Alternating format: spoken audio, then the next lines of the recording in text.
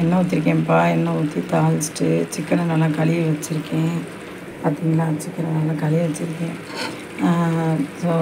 சோம்பு, சீரகம், கசகசா, இஞ்சி, பூண்டு, வெங்காயம் எல்லாம் போட்டு நல்லா அரைச்சி தாளித்து ஊற்றிருக்கேன். சரிங்களா, இப்போ சிக்கனை போடுவோமா?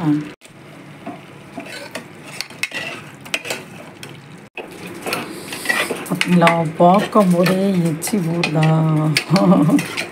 இதே மாதிரி நீங்கள் செஞ்சு ட்ரை பண்ணி பாருங்கப்பா, செம்மையாக இருக்கும். சரிங்களா,